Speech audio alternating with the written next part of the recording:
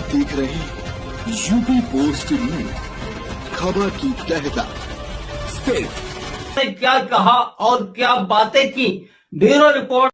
और नसीराबाद में इस वक्त हम लोग बैठे हुए हैं सैयद अहमद, जो कि पूर्व ब्लॉक प्रमुख और 25 साल एक दशक तकरीबन मान लिए प्रधान रहे, ब्लॉक प्रमुख रहे और राजनीति जो है इनके इर्द गिर्द घूमती रही। जो नसीराबाद की राजनीति है वो सिर्फ एक नाम से जानी जाती थी, सैयद अहमद। ये एक राजनीति के मतलब राजनीति इनके आगे पीछे राजनीति से चलती थी, सैयद अहमद के नाम से नसीराबाद जो है एक फेमस था। लेकिन फिर एक दौर आया कि राजनीति ढलान पे हो गई इनकी, और पिछले चुनाव में जो नगर पंचायत का अध्यक्ष पद का चुनाव हुआ उसमें इनको हार मिली। तो आइए इन्हीं से रूबरू होते हैं, इन्हीं से जानते हैं ऐसी क्या वजह रही जो इतनी राजनीति के एक का मेन मुख्य बिंदु होने के बावजूद ये पिछला चुनाव हार गए। क्या वजह है इसकी, आने वाले चुनाव में क्या कर रहे हैं। बहुत बहुत स्वागत है सैयद जी हमारे साथ। जी भाई, आदाब सबको। जी, हम आपसे ये पूछना चाहते हैं कि क्या वजह रही जो आप पिछला चुनाव इतना सब कुछ होने के बाद भी हार गए। प्रशासन शासन और प्रशासन ने हमारे पीछे इससे से लगा दिया था कि मैं 3 दिन अंडरग्राउंड हुआ, मैं बाहर नहीं निकल पाया पब्लिक में, जिससे कि मैं अपना प्रचार प्रसार भी कर पाता। मुझको 3 दिन पहले अरेस्ट कर लिया गया और मैं अंडरग्राउंड रहा और पुलिस ने लगातार मेरे ऊपर पहरा बैठा के रखा। मैं न कहीं आ सकता था न जा सकता था, अगर निकलता तो बेइज्जत कर दिया जाता। इस वास्ते चुपचाप अपने घर पे बैठा रहा और देखता रहा माहौल। और जो उसके बाद भी हमको लगभग 2200-2300 वोट मिले। अगर खुला होता तो ऐसा कुछ नहीं होता। हम हारे तब भी नहीं थे, हारे अब भी नहीं है। आज भी चुनाव करा लिया जाए पब्लिकली खुलेआम पे तो पब्लिक जनता मुझे ज़्यादा पसंद करती है बनिस्बत और लोगों के। एक इल्ज़ाम आप पे हमेशा लगता रहा है, जैसे लोगों का कहना है या विपक्षी का कहना है, देखिए एक इल्ज़ाम लगता रहा कि आपने नसीराबाद का विकास नहीं किया। इसमें क्या सच्चाई, आप क्या कहना चाहते हैं। पहले ये गांव सभा थी जी, जिसमें लिमिटेड साल में लाख, 1.5 लाख और 2 लाख रुपए से ऊपर नहीं आता था। मनरेगा एक ऐसी चीज़ चली जिसमें कच्चे कामों के लिए हमको मौका मिला काम करने का। तो एक साल में हमने लगभग कच्चे कामों में 35-35 लाख रुपए खर्च किए। आज भी वो मिसालें मौजूद हैं। जो नालियां हैं अगर आज भी देखी जाए जो हमने बनवाई थी, उन नालियों के ऊपर ही नगर पंचायत ने अपना बना के पैसा निकाल लिया। आज भी अगर ईंटें निकलेंगी तो उसमें वही ईंटें निकलेंगी जो हमने लगवाई थी। यानी आपका कहना है जो इस वक्त काम हो रहा है वो भ्रष्टाचार हो रहा है क्या? भ्रष्टाचार भरा हुआ है भैया। मतलब आप इसमें जब भी मैं तो चैलेंज करता हूँ कि कोई भी एक नाली उखाड़ी जाए जो सैयद तो आप विरोध क्यों नहीं करते? नहीं, विरोध हमने किया, लिखा पढ़ी की, लेकिन जब सुनवाई हो तब तो। जब सुनवाई नहीं होनी है तो कहें क्या, किससे कहें। अच्छा, हमको एप्लीकेशन दी, सबको एप्लीकेशन दी, शासन को दी, नगर विकास को दिया, लेकिन आज तक कभी भी कोई कार्रवाई नहीं हुई। हमारे पास तो पूरी फाइलें रखी हुई हैं जो हमने लिखा पढ़ी की, लेकिन करूं क्या। एक बार फिर से अब एकदम चुनावी जो है सरगर्मियां बढ़ गई हैं। चुनाव एकदम समझ लिए मुहाने पे खड़ा है। मौसम सर्दी का है लेकिन चुनावी गर्मी अभी बहुत ज़्यादा है, जनता भी देख रही है सब। तो अभी आपके क्या मुद्दे होंगे, आप चुनाव में क्या मुद्दे लेके उतरेंगे, नसीराबाद की जनता को आप क्या चाहेंगे, क्या मुद्दे देना चाहिए, किस वजह से आप क्या करना चाहेंगे। देखिए, नसीराबाद हमारा घर है, नसीराबाद के लोग हमारे परिवार के हैं और इस चीज़ को मैंने लगातार महसूस किया है और इसी हिसाब से मैंने हमेशा काम किया हो। चाहे हमें शासन से लड़ना पड़ा है तो लड़ा हूँ, चाहे किसी से लड़ना पड़ा है लड़ा हूँ, और मेरे गांव की जनता के लिए हर तरीके से जो भी मुझसे हो सकता है मैं करता रहूँगा, भले उसका अंजाम कुछ भी हो। लेकिन मैं जो कानूनी अंदाज है उन कानूनी अंदाज को लेते हुए हर तरीके से अपनी जनता के लिए लड़ता रहूँगा। एक एक घर को 4-4 आवास नहीं दूंगा। तो आपका कहना क्या चाहते हैं, आवास क्या भ्रष्टाचार हुआ आवास में? भ्रष्टाचार के लिए अगर आप देखना चाहें तो मैं तो जानता हूँ, नाम भी बताऊंगा कि फला फला फला फला। आप देखिए आवास के ऊपर आवास बने हुए लोगों के। लोगों का घर जो है स्कूल को बना लिया गया, घर बना दिया गया। इस तरीके से भ्रष्टाचार आज भी चले जाइए आप। एक खटिक परिवार है, वो बेचारे सब उसमें रहते हैं, मड़हिया में। घुमंतू कौम होती है, मड़हिया में रहती है, पारिवारिक उनकी जमीन है, लेकिन आवास नहीं मिला। चूंकि इस बात से करप्शन को उन्होंने बढ़ावा नहीं होने दिया। इस तरह से रिश्वत नहीं दी। रिश्वत नहीं दी। अगर रिश्वत दी होती। एक सेकंड, आजान हो रही तो इसके लिए हम रुकना चाहेंगे 1 सेकंड के लिए। देखिए आज, अब ये बताइए, एक चीज़ हम आपसे सवाल करेंगे। मान लीजिए आप आते हैं अभी नगर आने वाले चुनाव में, ये चुनाव एकदम करीब आ गया, समझ लिए बस स्टार्टअप तो हो ही गया है। जी जी। अगर आप अध्यक्ष बनते हैं जी, तो आपके क्या देंगे जनता को, क्या करेंगे? हम पिछली तरह से जैसे हमने प्रधानी की थी, बिल्कुल एज इट इज उसी तरह से चेयरमैन भी करूंगा। बेईमानी, मक्कारी, इन सब चीज़ों को दूर करूंगा, चाहे जैसे भी, चाहे उसके लिए हमको किसी तरह से लड़ना पड़े, मैं लड़ूंगा और उस चीज़ को देखूंगा। जैसे पिछले 25 सालों में अब मेरी साख थी एक ईमानदार छवि की, वो आज लगातार उसको बढ़ाऊंगा और कायम करूंगा। आज आप देखें कि हमारे यहाँ पे जो हमने छोड़ा था, लगभग 500 पेंशन छोड़ी थी हमने यहाँ पे, गांव सभा थी, उसने 500 पेंशन लोगों को कराई थी। आज की डेट में एक भी पेंशन, 5 साल का अरसा बीत गया, किसी ने एक भी पेंशन नहीं करवाई। चेयरमैन साहब हमारे इस टाइप के हैं कि उन्होंने ये सरदर्द नहीं मोल लिया कि किसी की पेंशन करा दें, जबकि बहुत गरीब लोग हैं, बहुत मजबूर लोग हैं, उसकी तरफ ध्यान किसी का नहीं था। योगी जी या मोदी जी ने जो किया उन्होंने अपने साथ हम लोगों के लिए बहुत अच्छा, लेकिन वो हम लोगों तक नहीं पहुंच पाया। हम लोगों से मुराद आम जनता तक। अच्छा, एक चीज़ बताइए, आप अपने सामने लड़ाई में किसको मानते हैं कि आपके सामने कौन है आपसे जिसका मुकाबला होने जा रहा है ये नगर पंचायत अध्यक्ष में? हमारे सामने भैया फिलहाल तो मोहम्मद हारून ही हैं, वो उनके वर्तमान चेयरमैन के पति मोहम्मद हारून साहब हैं चुनाव में। तो आप अपनी जीत को लेके कितने आश्वस्त हैं? जीत के लिए हम भैया, आप यकीन माने कि आज तक मैं अभी कहीं पे वोट मांगने निकला ही नहीं किसी के पास।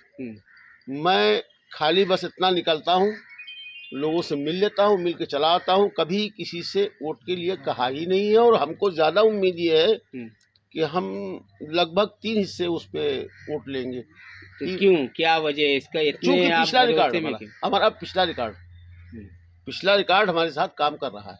तो क्योंकि आप पिछली बार हार गए थे। नहीं हारे, अगर ऐसा कुछ होता है या प्रशासन, तो फिर आप क्या करेंगे? हारे तब थे जब शासन ने हमको मजबूर कर दिया था और पैसा चल गया था खूब अच्छी तरह से, और इतना पैसा चला था कि आफत आ गई थी, हम लोगों को निकलना मुश्किल होता था। शासन डंडा लिए खड़ा रहता था, जो हमारे लोग निकलते थे उनको मारता था, पीटता था। वो चीज़ अब की हमको मोदी जी के ज़माने में लग रहा है, योगी जी के ज़माने में ऐसा कुछ नहीं है। अभी फिलहाल चुनाव ठीक चल रहा है। चुनाव ठीक चल रहा है, आप पूरी तरह आश्वस्त हैं इस बार जीत आपको मिलेगी, सेहरा ताज आपके सर पे सजेगा, उसमें कोई शक नहीं है। शक नाम की चीज़ तो बिल्कुल आई ही नहीं। और जब भी कभी, जैसे अभी थोड़े दिन पहले हमने मीटिंगें चालू की, तो शासन ने फौरन रोक लगा दी मेरे ऊपर कि मीटिंगें आप नहीं करेंगे। खैर नहीं की, हमने रोक दिया। लेकिन जो पोजीशन चल रही है, अगर अब की हमारे ऊपर दबाव पड़ेगा तो उस चीज़ को पब्लिक खुद ही समझेगी, हमको जरूरत नहीं पड़ेगी उस चीज़ को समझाने के लिए। यानी जनता जवाब देगी हमारी तरफ से, और मजबूत जवाब मिलेगा। अब पिछली मरतबा वोटर लिस्ट में इस बुरी तरीके से लगभग 600-700 नाम फर्जी बढ़े हुए थे, जो अब की कटे। इससे पहले क्या लगता है आपको, कितने मार्जिन से आप जीत रहे हैं ये सीट? हम 3 हिस्से लेके वोट आएंगे। 3 हिस्से वोट? जी, 3 हिस्से वोट लेके आऊँगा, कहीं से कोई कमी नहीं मिलेगी। अगर 3 हिस्से से कम वोट मिल रहा है तो मैं अपने को जीता नहीं मानूंगा कि मैं जीत गया, क्योंकि मैंने वर्क किया है, गरीबों के साथ आज भी करता हूँ, मिलता हूँ, जुलता हूँ सबसे, अपने हिसाब से देखता हूँ क्या मजबूरी है, उसमें कहाँ मदद करनी है हमको, उस हिसाब से मदद करता हूँ। तो ये देखिए, देख रहे थे आप हमारे साथ नसीराबाद से सैयद अहमद साहब, जो कि एक नसीराबाद की राजनीति के केंद्र बिंदु जो है इन्हीं की तरफ थी। पिछले 5 सालों में जो राजनीति में गिरावट आई इनकी, लेकिन अब फिर इनका दावा है कि ये जो है आने वाले चुनाव में जो है एक तिहाई से बहुमत से मतलब विजयी होने जा रहे हैं। अब देखिए इनका जनता के लिए आप क्या संदेश देना चाहेंगे सर? मैं अपनी प्यारी जनता को तो बस यही कहूँगा कि ये कल भी मेरे साथ थे, आज भी हैं, कल भी रहेंगे, और इनकी वजह से ही मैं कुछ हूँ। अगर मैं छोटा सा यतीम बच्चा था, इन्हीं लोगों ने मुझको हाथ लगाया, मैं प्रधान बना। उसके बाद फिर इन्हीं लोगों ने हाथ लगाया, प्रमुख बना। फिर इन्होंने लोगों ने हाथ लगाया, चेयरमैन बनूंगा, और मजबूती से बन के, और जो जनता के हक में अच्छे फैसले होते हैं वो करके निपटाऊंगा। किसी आवास में किसी से पैसा नहीं लिया जाएगा मेरे रहते हुए। किसी भी बारोवर जो आपका पेंशन वाला है, विधवा विकलांग, इनकी पेंशन का लिस्ट में नाम नहीं आना, नहीं होना, ये मजबूर बताने को मजबूर कर। सड़कें अच्छी नहीं हुई हैं, अभी भी बहुत जगह ऐसी जगह सड़कों का काम नहीं हुआ है। तमाम चीज़ें हैं। मान लीजिए आप आएंगे इस बार चुनाव मजबूती के साथ लड़ेंगे, तो किस तरह से मतलब कॉलेज के लिए आप आगे बात रखेंगे, सड़कें अच्छी होंगी, और युवाओं के लिए क्या करना चाहेंगे? क्योंकि भाई जो मैंने कोशिश की थी अपने ज़माने में, जब प्रधान था तो कोशिश की थी यहाँ की इंटर कॉलेज के लिए अपग्रेड करने के लिए। माननीय हमारे मरहूम सिप्ते रेड्डी साहब, हमारे स्वरूप कुमारी बख्शी जी, हमारी शिक्षा मंत्री पूर्व की, इन लोगों ने कोशिश की थी हमारे लिए कि यहाँ पे हाई स्कूल और इंटर कॉलेज हो। लेकिन एक छोटा सा मौका जब मिला भी तो वो यहाँ से कोरमऊ चला गया, कोरमऊ में हो गया। जी जी, उस चीज़ को मैं किसी भी सूरत से नसीराबाद ला के छोड़ूंगा, चाहे उसके लिए ज़मीनें हमें कहीं से भी अवेलेबल करने पड़े, किसी से दान मांगूंगा, किसी से भीख मांगूंगा, लेकिन इंटर कॉलेज और हाई स्कूल के लिए पूरी कोशिश करूंगा। एक सवाल और ये है कि क्या कहते हैं, जैसे कि 5 साल पहले सोशल मीडिया का ज़माना नहीं था, इतने लोग एक्टिव नहीं थे, लेकिन अब हर युवा सोशल मीडिया पे, फेसबुक पे, लोग बाहर से भी देखते हैं, कमेंट करते हैं कि हमारा नसीराबाद और भी अच्छा हो। जो युवा बाहर रह के यहाँ पे नौकरी करते हैं, तमाम चीज़ें हैं कि कुछ ऐसा होना चाहिए नसीराबाद में जो नसीराबाद में लोगों को रोज़गार मिले। इसके लिए कुछ नया आप नहीं, फिलहाल जो सरकार की स्कीमें होंगी उन्हीं से ही रोजी का सिस्टम बनाया जाएगा। जी जी। अब ये कि जैसे कि यहाँ स्कीमें आई, ऐसा नहीं है, लेकिन उनको अवेल नहीं किया गया। अगर अवेल किया जाता तो लोग यहाँ पे, जैसे आपके बुनकर लोग हैं, जैसे और भी लोग हैं, उनको रोजी चाहिए, लेकिन कोई बढ़ के लेने वाला नहीं मिला। सरकार ने देना चाहा है, ऐसा कुछ नहीं है, माननीय प्रधानमंत्री जी ने, माननीय मुख्यमंत्री ने, लेकिन उस चीज़ को हम अवेल नहीं कर पाए। उसको अवेल करने के लिए हर तरह से कोशिश करके निपटा के मैं कोशिश करूँ कि आ जाए मेरे कस्बे में, और एक खुशहाली पैदा हो, जो जाहिलियत है और जो वो है, ये सारी चीज़ें ख़त्म हो। ये है। और एक लास्ट सवाल ये है कि यहाँ की जनता इसे यही चाह रही है कि एक मजबूत हमारा हो, कि मतलब पुलिस पे भी होता है, जैसे चेकिंग वेकिंग की बात बीच में चली थी, सोचते हैं जी। देखिए, इसमें हमने कोशिश की थी पहले, अपने ज़माने में पुलिस से बात करते थे और ये कोशिश करते थे कि जो भी वो आपको चेकिंग करनी हो, वो कस्बे के बाहर इस वास्ते करनी चाहिए कि कोई बच्चा जा रहा है, बीमार है, और वो चेकिंग में फंस गया। बिल्कुल। कोई बच्चा जा रहा है मास्टर के पास पढ़ने के लिए, वो फंस गया। तो इसके लिए इसका जरिया सिर्फ एक है कि बातचीत करके डीएम साहब से, एसपी साहब से बातचीत करके, वो भी इंसान हैं, वो भी जानते हैं कि क्या मजबूरियां होती हैं। उस मजबूरियों को देखते हुए इस चेकिंग को कस्बे से बाहर रखा जाए।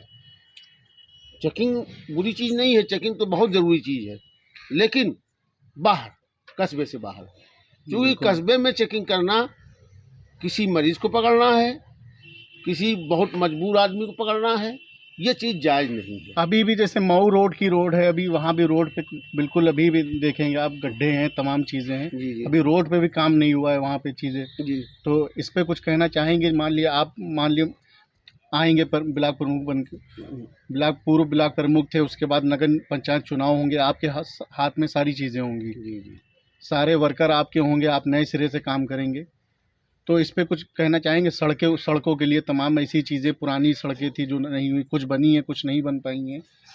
देखिए, जो भी इतना बजट आ रहा है, जितना बजट शायद 20 साल में गांव सभा में नहीं आया होगा, इतना बजट 1 महीने में आ रहा है। बिल्कुल। और उस चीज़ को सही यूटिलाइज हो जाए तो ऊपर वाला चाहे कहीं से कोई दिक्कत नहीं होगी। खाली यूटिलाइजेशन, सही यूटिलाइजेशन ही शर्त है। और उस चीज़ को ऊपर वाले चाहा तो बहुत से रास्ते हैं, बहुत से जरिए हैं, बहुत सब वो है, निपटाया जा सकता है। और ऊपर वाले चाहा तो आएंगे तो निपटाएंगे इसको। बहुत बहुत धन्यवाद अपना कीमती समय देने के लिए। ये थे जनाब सैयद अहमद, जो कि नसीराबाद के पूर्व प्रधान भी थे, पूर्व ब्लॉक प्रमुख थे। इनसे तमाम चीज़ें हमने जानी। इसी तरह जुड़े